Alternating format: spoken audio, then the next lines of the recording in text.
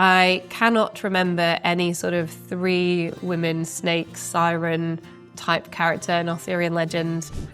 That's David Beckham. About the only footballer I know. He's got his sword out, so this does not look good for Vortigern's wife, and he has just brutally killed her. Hi, my name's Hetta Howes. I'm a senior lecturer in medieval literature at City St George's, University of London. I recently wrote a book, Poet, Mystic, Widow, Wife, The Extraordinary Lives of Medieval Women, and some Arthurian legends do make an appearance in that book. I'm about to do a deep dive for History Hit into the 2017 King Arthur Legend of the Sword film. There are a lot of different King Arthur films. This is a Guy Ritchie one. I don't think I've ever seen a Guy Ritchie film. I've heard the name, I don't know what to expect. Let's get into it.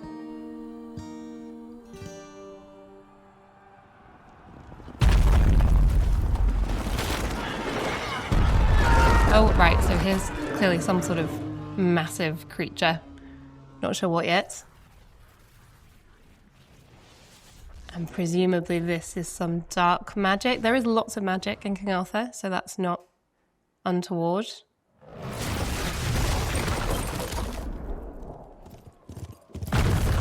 There's a sort of horse running here. Oh, an elephant! Okay. Not familiar with any elephants in the Arthurian legend, or them being in battles in England. A little bit of artistic license there, but that's fine. Looks good on camera, right?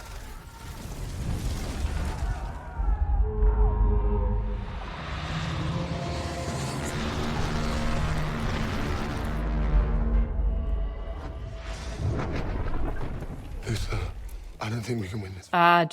Jude Law, looking confused. So we've got quite an epic battle scene, it looks like, going on here. And that is entirely in keeping with lots of legends of King Arthur, because one thing in both traditions of Arthurian legend, history and romance, the one thing we get all the time is massive battles, usually on foot like this. Maybe not with elephants, but certainly big battles on foot, lots of knights. That tracks. Quite nice to see Uther Pendragon, if Eric Bana is Uther Pendragon here, having a bit of time in the spotlight. Uther Pendragon, there's sort of slightly more record of him existing than, in fact, King Arthur himself. So Uther crops up in a number of different chronicles in Welsh and other traditions, and he's Arthur's dad. So Uther Pendragon has to flee the country for a bit when the tyrant Vortigern takes over, then he comes back. But he's most famous partly for his name, Pendragon, which one very famous writer, Geoffrey of Monmouth, believed meant real dragons, whereas actually at the time it just kind of meant in charge, head honcho, kind of the main guy. So Geoffrey of Monmouth, this 12th century writer, comes up with this whole backstory for Uther Pendragon where he sees a comet shaped like a dragon and then decides that he will take on the banner of the dragon. He's a good king in the sense that he manages to sort of marshal together a lot of Britain even before Arthur comes along. But his parentage of Arthur is really dodgy. He convinces Merlin, or Merlin kind of goes along with, allowing him to look like his enemy because he's fallen in love with his enemy's wife. Arthur's parentage is actually coming out of ostensibly rape because Arthur's mother, Igraine, thinks she's sleeping with a husband. It is in fact not her husband. It is Uther. So it will be interesting to see if any of that backstory remains in the film.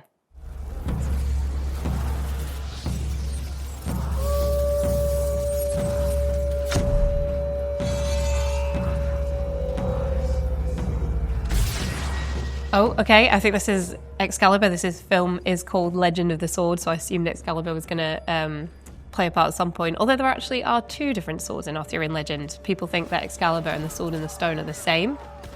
This has got to be Excalibur if we are pre-Arthur, although I've not read anywhere Excalibur being associated with anyone other than Arthur. So if Uther Pendragon is wielding Excalibur, that is a little bit of artistic license also. The thing about Excalibur is just a mighty sword. It gets the job done. So if Uther's got that sword, it looks like things are probably going to go his way in this battle.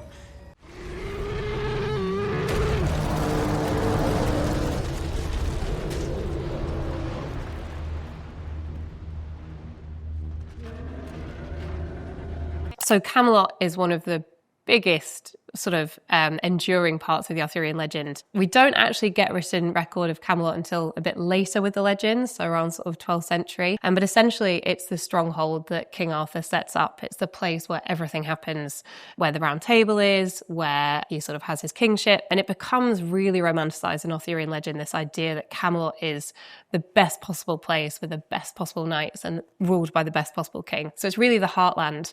So it's not surprising at all that Camelot would be a sort of key site. To have it pre-Arthur is a bit of I wouldn't have made that decision. Usually Camelot is coming with Arthur. So it's interesting to have Camelot already as a stronghold before Arthur has potentially even walked into the scene. Cool. I think we'll move on to the next one. All right. Then. This is really fun, by the way. Thank you for letting me do this. Oh man, no, it's really good. I'm excited about this one.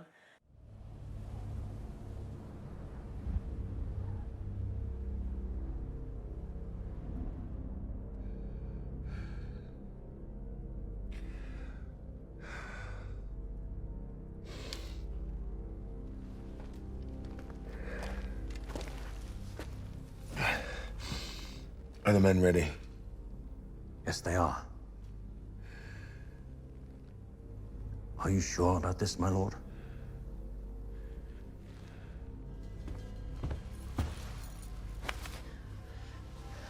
Listen to me, woman. I need you to do as I tell you. What's going on? I need to get you and the boy away from here, and I'll join you as soon as I can. I'm scared, Uther. I have the sword. Hurry. How do you know of this place, man? So it looks as if Vortigern, shady Jude Law, has got a plan in place, and Uther is trying to get his son away, presumably Arthur here, the young Arthur, out of harm's way. And then we've got it sort of spliced with these scenes of Vortigern and his presumably wife. Vortigern doesn't really have a wife that is named or given any kind of story in the legends and chronicles, so interesting to see her. She looks like she really cares about him. Tell me what it is and I'll make it stop. He's got his sword out, so this does not look good for Vortigern's wife, and he has just brutally killed her. Vortigern, according to legend, is not a nice character. He is a tyrant. He sort of invites in Saxon rule to further his own interests, which then leads to lots of bloody battles in the country. So, yeah, not surprised to see him doing something so horrible, but I don't remember him killing his wife in the legends. And there's no recorded sort of battle of this kind between Uther and Vortigern. Vortigern does fight with Uther Pendragon's brother, much older brother, but this scene seems like interesting fiction. So he's killed his wife. We've got a body of water. Normally in Arthurian legend, if you've got water, something's going to come out of it. So I would expect that to happen. Possibly we might get the Lady of the Lake, character like that.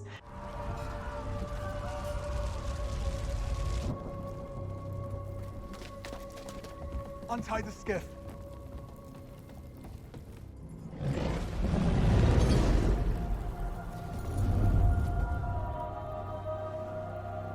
Arthur and his mother and father are fleeing right now. So this is, it's worth saying that this mother is Igraine then, and the character Igraine, Uther Pendragon's wife, who he sort of managed to steal from her own husband. Happily for Uther Pendragon, just after he'd slept with Igraine, they discovered that Igraine's husband was dead. So they were, it's fine for them to get married. Everybody wins, except for Igraine. Although, according to the Chronicles, she's very happy about it. We don't get told very much about Igraine in the sort of various different sources for Arthurian legend. We know she was incredibly beautiful, one of the most beautiful women in England.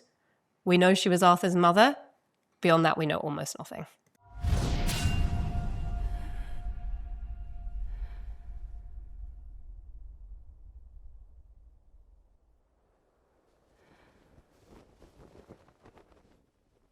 Yeah, there she goes. That's actually a very affecting scene, I think, to have the young Arthur watching his mother fall back into the water, presumably killed by Vortigern or his forces. Again, in many of the legends, Igraine actually lives for quite some time. Arthur doesn't end up meeting her until he's older. When Arthur's a baby, Merlin sort of takes him away to keep him safe as the rightful heir of England because there's so much infighting going on. But in some versions of the legend, he does meet his mother later on. Again, she only ever plays a bit of a side role, but to have her killed in this way with Arthur witnessing it is a sort of added emotion to the original story that we don't find in the sources.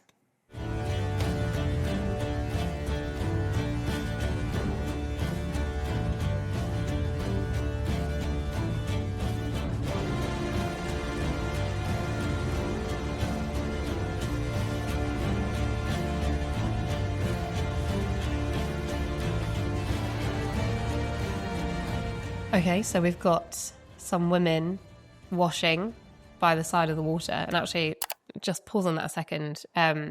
Totally true in most of the medieval periods. It was women who did the washing, and it would be in sort of groups by the side of the water. And actually, for quite a lot of the Middle Ages, this sort of idea of women laundering by the water had quite sort of mixed reputation. So this idea that laundresses on the one hand are doing this important work, keeping clothes clean and often working even for nobility, but on the other hand, also often wrongly associated with prostitution and sex work. This idea that there's something untoward about women on the outskirts of society doing their washing, chatting, gossiping. We don't quite know what they're talking about or what they're doing. So there's sort of a mixed history of women doing this kind of labour, but it would have been a sight not uncommon to see. Oh, Arthur's just popped up in the boat. Bless him. He's a very cute kid, I must say, this Arthur. And they're carrying him back to town. So we're getting this sort of pan out now of what looks to be a version of medieval London. It's difficult so far to try and date the time period of this film. In terms of the costumes, it's all a bit mixed. The history chronicles tend to put Arthur in around the 5th or 6th centuries, and they put him in a bit of a vacuum in history. We know very little about what happened when Rome withdrew from England and what happened in the sort of couple of hundred years after that.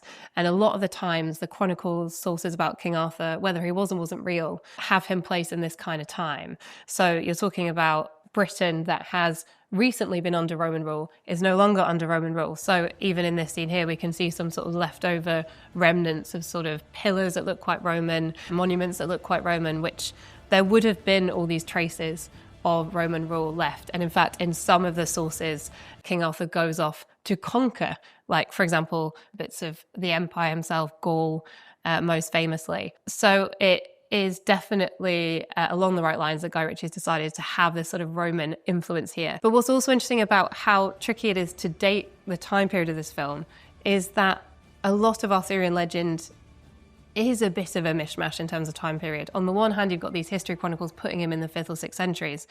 The romance or sort of more legendary tradition tends to have him in a kind of imagined past, a sort of recent but not too recent medieval past that has a lot of elements of the contemporary. So if you think about something like Game of Thrones, that is sort of quasi-medieval, Arthurian legend is sort of quasi-historical. So again, the fact that we can't date it that easily in terms of what it looks and feels like is actually very true to the spirit of Arthurian legend, I think.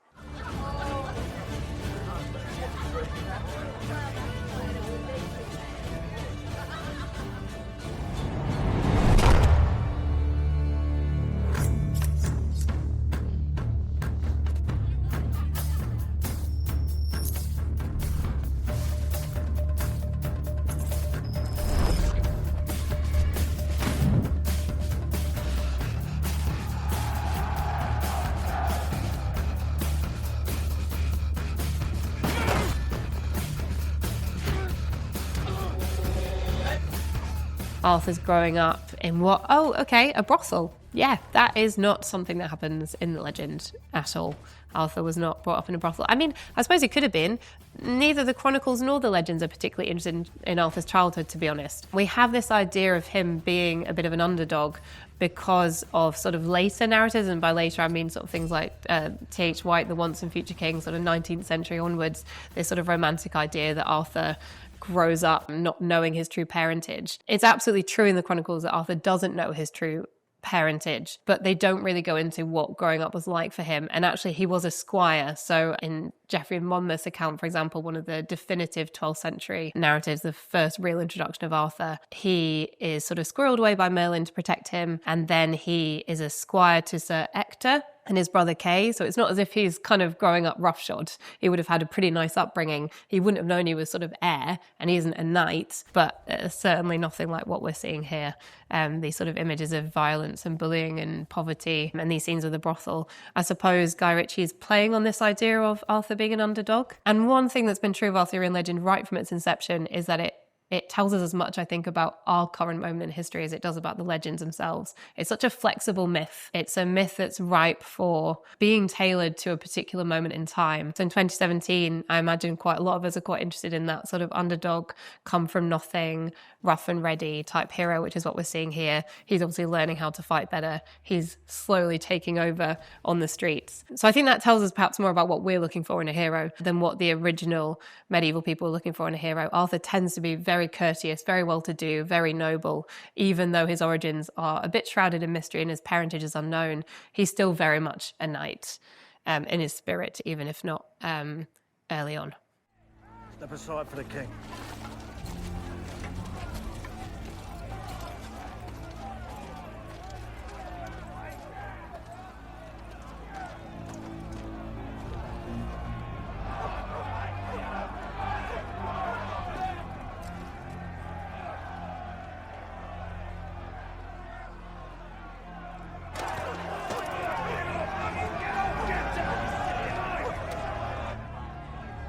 Get them back to work. Sir. Soldiers! Get them out of Venice! Right, so here we've got Vortigern. I'm fairly certain there's no way Vortigern in history would have been nearly so handsome as Jude Law. But he's going down back to the water where we saw him earlier, and I thought something was going to pop out from the water. It didn't then, so perhaps it will now.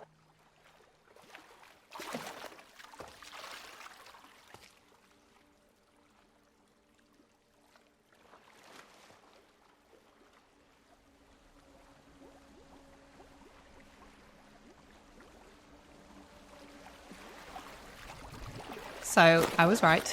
Here's a weird snake thing coming out the water. So far, no idea what this is.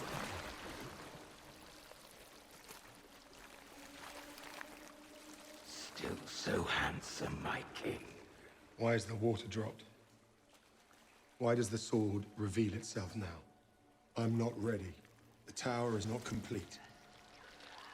As your power increases, so do the forces that will oppose you. Balance is a law that cannot be transgressed. The born king will come. It is inevitable.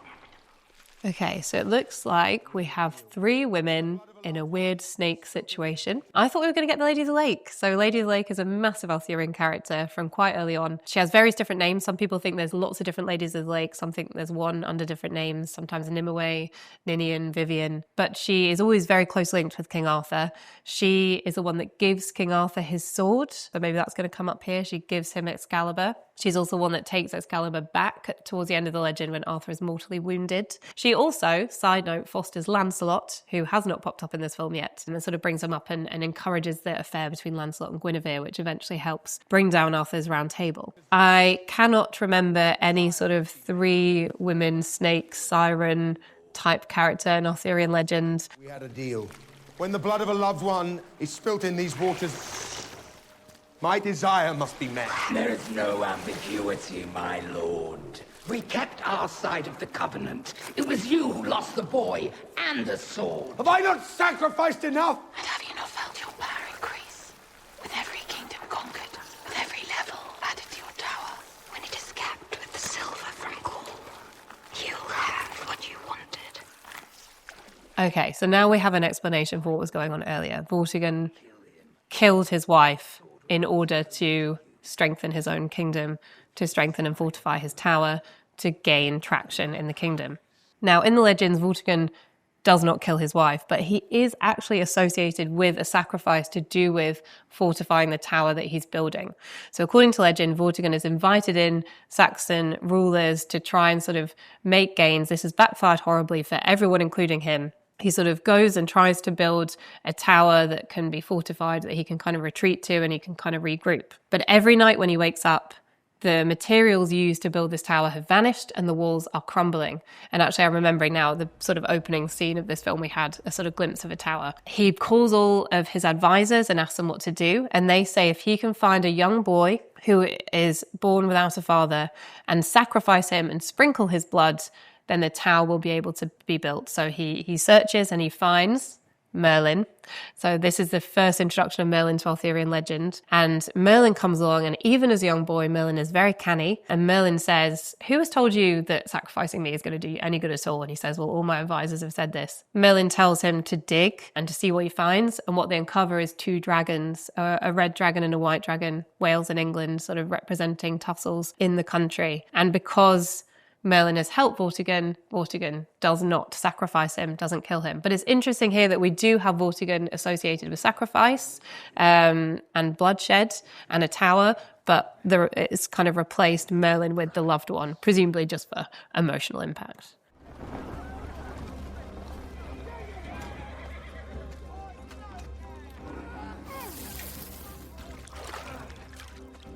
What was that? God save the king.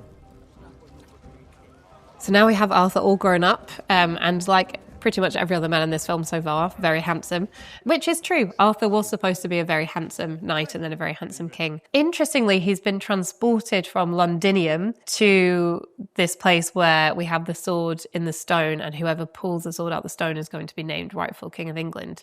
Now, in most of the original versions of this story, the sword in the stone event actually happens in or around Londinium. So it's interesting that he's been taken out of Londinium to go to sort of queue and see if he can get the sword from the stone. And Vortigern's obviously trying to get through as many young men as possible so we can find the true king and then eradicate him. Lots and lots of versions. Sword in the stone moment is one of the pinnacles of Arthurian legend. It's one of those moments, if you say to someone, "What do you know about King Arthur?" They probably know about sword in the stone. It pops up pretty early on. Geoffrey of Monmouth, again, like with most Arthurian legends, fleshes it out a bit more, and then later Romance writers add to it. The idea is that there is this sword, no one can pull it out. Whoever pulls it out will be named King of England. In most versions, Arthur pulls the sword out without knowing what he's doing. So he's travelled with Sir Hector and his brother Kay, with Kay planning to have a go at pulling out the sword. He sees that his brother Kay is without a sword, quickly grabs the sword from the stone, gives it to Kay, and everyone's like, "Hang on a minute, where did you get the sword from?" Obviously, we don't have characters of Hector or Kay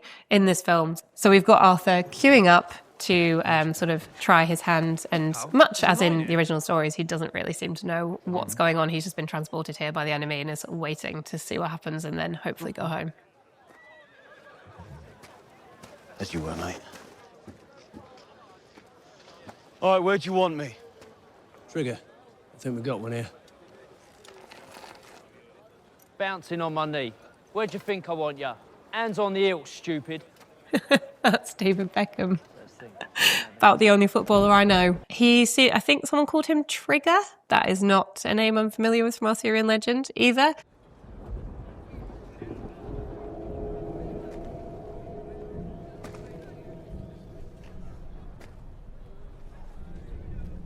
Okay, so Arthur puts his hand on and has sort of a weird flash. That doesn't happen in the original. I sort of expect him to just pull it straight out there. Oi, both hands. David Beckham telling him to use both hands. hands. I can see why Beckham hasn't had many other roles in films. 10 digits. Round the blunt bit. Give it a tug. Left foot, right foot. Collect your brand. Back on the barge.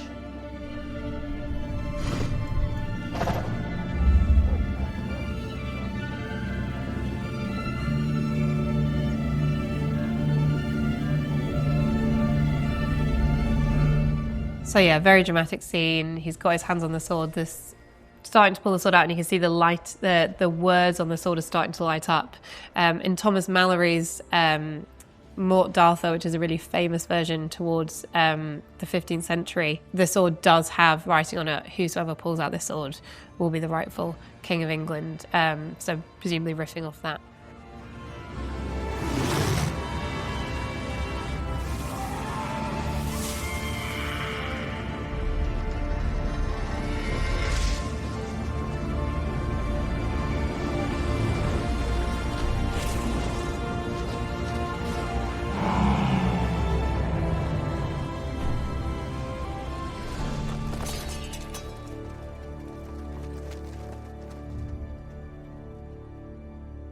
I think Ritchie's done a really nice job of this scene, because it's this sense of nobody expected this to happen. No one expected this particular guy to pull the sword out of the stone. Now, in the original version of the legend, it's a very different kind of Arthur, but I think that spirit of it's still there. But it looks as if Arthur's having some trouble with the sword, which again feels like an intervention in the story. But yeah, just to clarify, here the two swords, Excalibur and the sword in the stone, are being sort of conflated as the same sword. They are two different swords in the legend. Some writers do also get them a bit confused though, so Guy Ritchie is in good company, but ultimately they are two distinct swords. Excalibur is a great sword that Arthur uses for fighting. The sword in the stone is a sort of magical sword that needs to be pulled out and shows who the rightful king's going to be. Hi there, I'm Dan Snow, and if you love history, you know that History Hit is on a mission to bring the past to life. Every week, we travel the world to film original and in-depth documentaries. And now History Hit has launched a YouTube membership to give you access to even more films released weekly. Become a History Hit channel member now to make sure you never miss out on exclusive documentaries on topics like newly discovered shipwrecks and the clash of gladiators. We cover all time periods and all subjects, from Pompeii to D-Day. Click the join button on the History Hit YouTube channel, or click the link in the description and see for yourself what History Hit has to offer. We can't wait to have you join the team. Bloodstick. Meet Percival. Rubio. Meet Backlack. Sir Bedivere, who runs this aristocratic family of cave dwellers. Meet Blue, son of Backlack. The infamous Goosefat Bill needs no introduction. So. Okay, so it seems like we're getting introduced properly, finally, with some names to Arthur's group. I hesitate to call them knights here because that's not the way Guy Ritchie is leaning. Whetstick and Backlack, not a clue who they are, but he has mentioned a couple of names here that I'm like, oh, okay, I know who we've got. So Bedivere and Percival as well. The way I often think about Arthurian legend is a little bit like the Marvel universe or the DC universe, that you have these characters that are fairly consistent and pop up time and time again, but depending on what film you're watching, some of them are more prominent than others, and their personalities will shift a little bit depending on who's making the film or who the film is targeted at. Arthurian legend is exactly like that. You've got a few characters that pop up again and again. Bedivere is one of them. Lancelot, Galahad, Percival, Tristan, all these different names that you get time and time again. Some of them get their own spin-offs. They get whole books dedicated to them. For example, by Chrétien de Troyes writes a lot about Lancelot. But also their characters shift a little bit. So Bedivere early on is sort of a marshal, a right-hand man to Arthur. As his character develops, he becomes even more instrumental in the story because he's the one who gives Excalibur back to the Lady in the Lake. So when Arthur's dying after his final battle, he gives Sir Bedivere the sword and says, can you go deliver it to the Lady in the Lake? They have a lot of adventures together, Bedivere and Arthur. They fight a giant, for example, together at one point. So I like the fact that he's quite a prominent character here, although historically he often only has one hand. Percival was originally associated with the Grail stories. So by the time you get to sort of Thomas Malory writing in the 15th century, Galahad is the knight who takes the Holy Grail, the sort of talisman that's associated with Jesus and the Last Supper. But in early versions, it's Percival, and Percival is this sort of childlike, innocent, and sometimes a little bit annoying, asks too many questions character who pops up again and again. Tristan, involved in a very famous love triangle. One thing I've noticed so far about this film, actually, is that we don't really have any romance. I wondered when the mage popped up if she was going to maybe be a love interest for Arthur. A lot of the Arthurian legends make a lot of sort of the romances that spring up and rescuing damsels in distress. That's not such a big part of this film.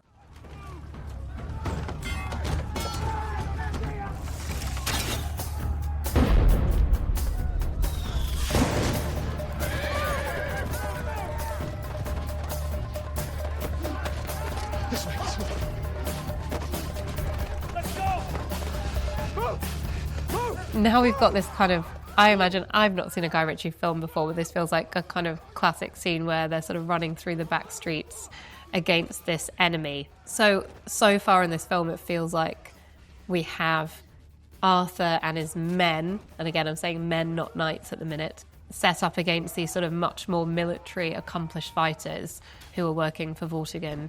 Not particularly realistic in the sense that in all the legends, his men are knights as well. And it's not as if, the Saxons were so much more elite and better fighters than the Britons. So, that's a little bit of evoking, I think, other films and traditions. They look a little bit stormtroopery, don't they? So we can easily see they're their enemy. And again, this idea of wanting to sort of side with the underdog in the 21st century.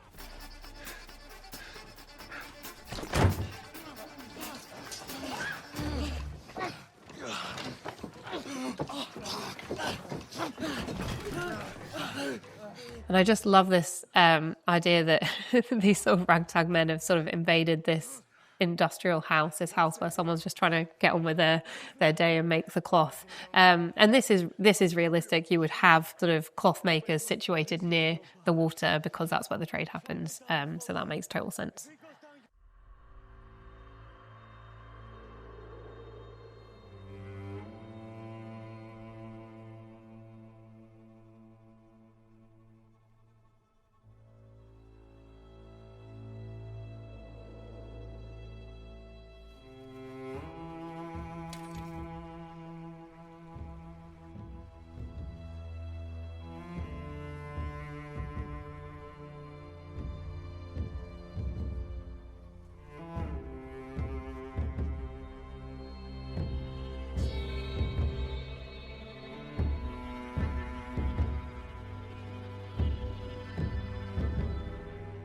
His friend has died. His friend has died, yes. He's essentially rejecting his fate. And if you want to comment on the fact that he throws it by the blade, that bothers me so much in movies. Like, why? Just why? You just wouldn't. Particularly if you we've just seen like how powerful and deadly this sword is. And he's It's like just So we've got more of this narrative here that's sort of run throughout so far and is completely fictional, of how Arthur is sort of feeling conflicted about his birthright. We don't get this in any of the Arthurian legends from any of the medieval periods. The idea is that Arthur finds out he's king. He's very happy to be king. He's excellent at it. Job done until he dies. Whereas Guy Ritchie's having him a little bit conflicted about it. I've got two problems with this scene, right? So firstly, Arthur would not throw his sword away. Even if his friend had died, he would be very sad, but he would not throw his sword away. Either Excalibur or the sword in the stone. More problematic is he's picked up this incredibly powerful sword by the blade when the handle was right there. And also Beckham has very clearly taught him earlier in the film how to pick up a sword with both hands by the handle. So why he's forgotten his tutelage there, I'm not sure. Now, in the legends, Arthur only gives his sword back to the water when he is dying, and that is because he doesn't want anyone to get hold of it. He wants to kind of keep it for when he comes back, hopefully. There's this sort of question mark of whether he's going to come back from the fairyland of Avalon and be healed, or whether he's gone forever. Morgan Le Fay, his sort of enemy in many of the stories, throws a scabbard of Excalibur into the lake, but at no point do we have Arthur throwing his sword in the lake, sort of mid-story.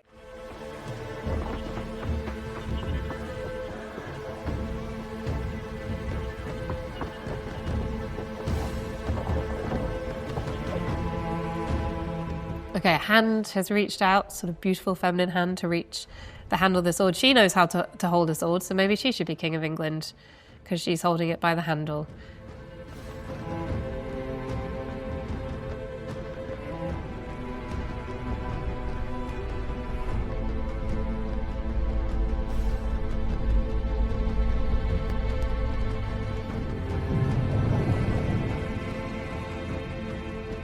This presumably has got to finally be the Lady of the Lake. I expected to see her earlier, when instead we saw sort of the weird siren women talking to Vortigern. The Lady of the Lake is a sort of massive figure in Arthurian legend. She is associated with the fairyland of Avalon. Always she is in the water, and she's always associated with the sword as well. So she is the one who gives Arthur Excalibur, so sword in the stone. We have two swords, sword in the stone, pulled from the sword on Christmas Eve, probably put there by Merlin. Excalibur, given to Arthur by the Lady in the Lake. So she's always got this sort of resonance with the sword. And then when Arthur's dying, he gives Bedivere the sword to go back to the Lady of the Lake. So you can see what Guy Ritchie is doing here. This moment doesn't happen in the legend, but it's kind of drawing on moments that do happen in the legend with her character. Now the sword is sort of flaming in her hand. Not sure what Arthur's going to do, except of course we know what he's going to do because the film is King Arthur Legend of the Sword, so he's obviously going to take it back, and we see him pulling it out of the sort of the mud now and raising it up over his head. because you cannot escape destiny.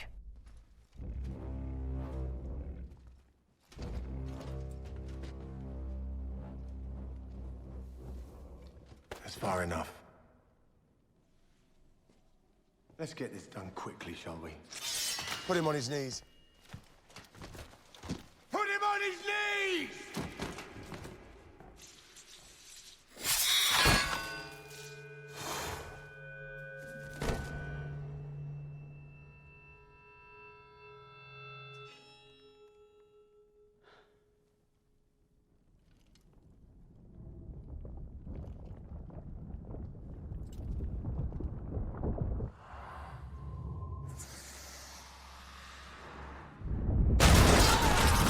Oh, big snake. Big snake. Yeah, that's terrifying.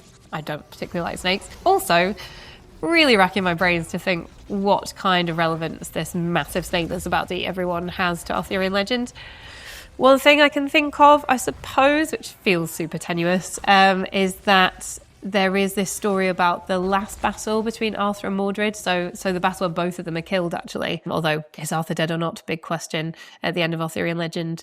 But one of the many things that contribute to things going wrong in the last battle is that there's been this agreement that no one will fight unless someone kind of shows their naked blade of their sword. It's supposed to be like they're meeting on the battlefield, but they're going to have a chat. Hopefully they can come to some kind of agreement. But one of the soldiers, I can't remember on which side it is, but one of the soldiers on one side of the battle sees an asp and he gets out his sword to kind of kill the asp before it bites him. Obviously everybody clocks this and all hell breaks loose and the battle starts. Was Guy Ritchie thinking about that moment, or was he just wanting a massive snake?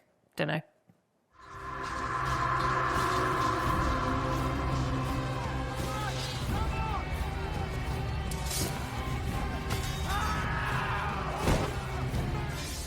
So we've got Arthur, he's got Excalibur, he's figured out all of his emotional baggage and he's totally on top of Excalibur now, so hopefully we'll see some good fighting. Oh yeah, okay, so Arthur is pretty superhuman in this scene, right? He is decimating the other side, who I think we're calling the Blacklegs in this film, Vortigern's men. He's moving incredibly quickly, he's super strong. In the legends, Excalibur is this incredibly powerful sword, and Arthur doesn't want anyone else getting it, which is why he sort of tells Sir Bedivere to give it back to the Lady of the Lake when he thinks he's dying at the end of the legends.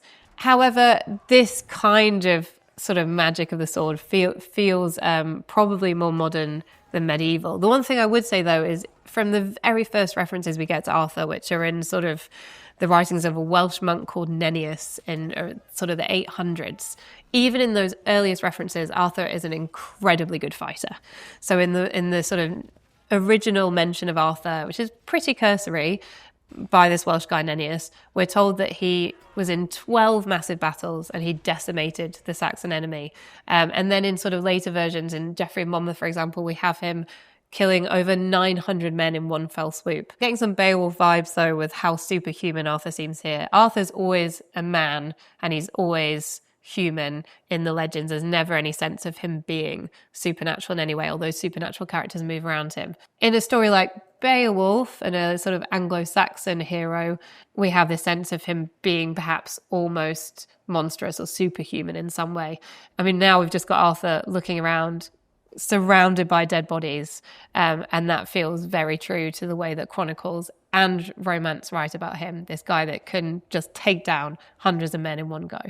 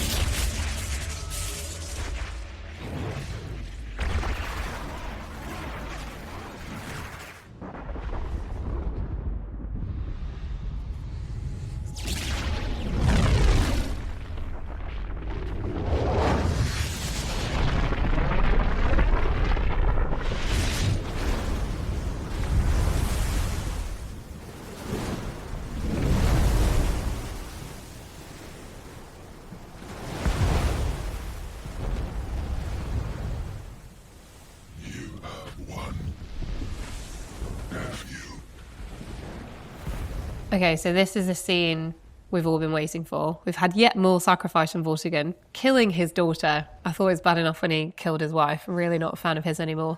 And this is going to be the big showdown.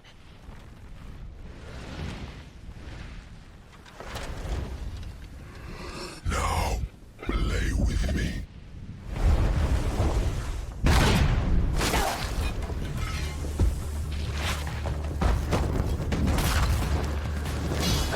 There is no such showdown between Arthur and Vortigern. Vortigern is long dead by the time Arthur is even conceived. So a sort of fictional battle, in the sense that Vortigern and Arthur would ever have fought, but also in the sense that even though there's quite a lot of supernatural beings in Arthurian legends, I don't recall anything like what's happening to Vortigern here, this sort of super devil creature man who has superhuman strength. So that is sort of, I guess, a cinematic addition. You know, if we were going to try and draw a parallel, this feels quite a lot to me like it has elements of the final battle between Arthur and Mordred. So the big battle that sort of ends the Round Table is when Arthur and his son/nephew Mordred face off together. And it's described as the most doleful battle that's ever been.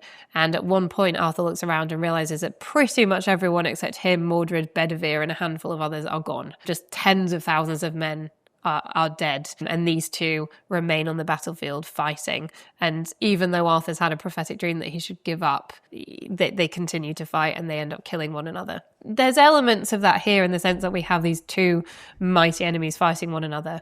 But of course, in the narrative of this film, Arthur has to fight. He needs to get the sword because he needs to get the crown. And also we don't have quite the massive body count. It looks like a lot of Arthur's men are still going strong. It's interesting how the sword and the crown are so conflated in this film too. In the original stories, it is that Arthur is the rightful heir. He has to demonstrate that by pulling the sword from the stone because he's sort of been removed from his original parentage, i.e. Uther Pendragon and Igraine. But he doesn't have to sort of fight any battles to get the crown. He fights lots of battles after getting the crown to sort of create an empire, basically. He ends up sort of taking over lots of different places, becoming a bit of a kind of emperor on the continent as well as in England, in Britain. But yeah, we don't have that association in the legends between him needing to sort of defeat an enemy in order to establish himself as king. He's already established as a king. And often once he's king, it's everyone else doing the fighting for him.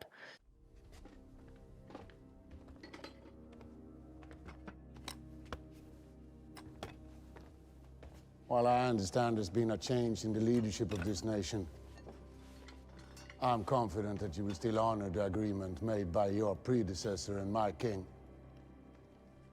We expect to leave here with 10,000 young men as agreed. Yeah, I don't think so, mate. Excuse me? I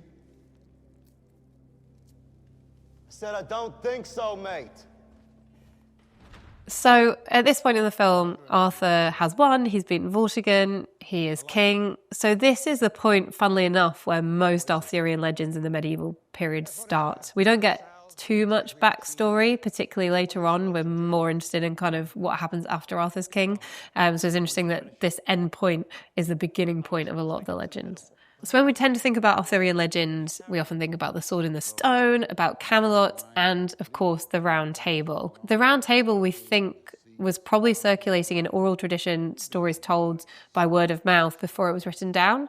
And originally, actually, it's associated with Uther Pendragon. Uther Pendragon, Arthur's dad, is the one who sets up the Round Table. But by the time sort of 13th century, most legends have Arthur setting up the Round Table, just like we see here. The idea is that it's a sort of egalitarian table because it's round. No one is more prominent than anybody else, including Arthur himself. So we have this Norman poet called Was, writing 1100s, 12th century, and he sort of fleshes out this idea of the Round Table, that it's a place where Arthur holds court with knights from all over the country, Angevins, Flemings, Englishmen, people from all over the place. So it's setting up Arthur as a sort of good conscientious ruler who takes everyone's opinion into account, who is not trying to sort of be the kind of tyrannical ruler that someone like Vortigern was trying to be. It's a sort of new age of kingship, if you like. And then that gets embellished in different legends too. So there's an English writer called Layerman writing not so long after Was, and he has the establishing of the Round Table, sort of putting an end to fighting. So the barons are all kind of arguing with one another, and King Arthur is like, right, stop this. We'll have the Round Table. Here, of course, it's being established as something Arthur does straight away. He's king, first move, let's make the Round Table. It's not kind of putting an end to any fighting. It's just sort of a marker of how things are going to be from now on.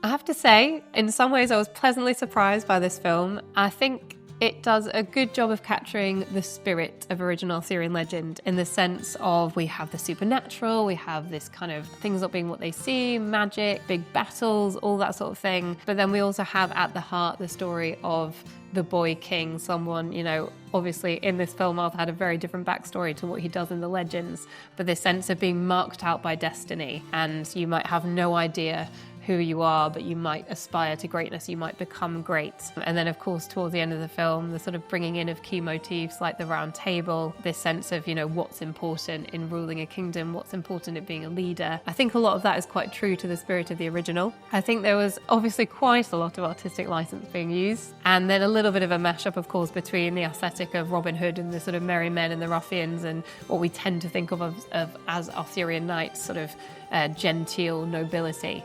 Thank you for watching my deep dive into King Arthur Legend of the Sword, the 2017 Guy Ritchie version. Clearly there's a lot more to it than just a cameo from David Beckham, so worth a watch. If you'd like to see more content like this, make sure you subscribe to the History Hit channel, where you can see other deep dives into other films and commentary on their history.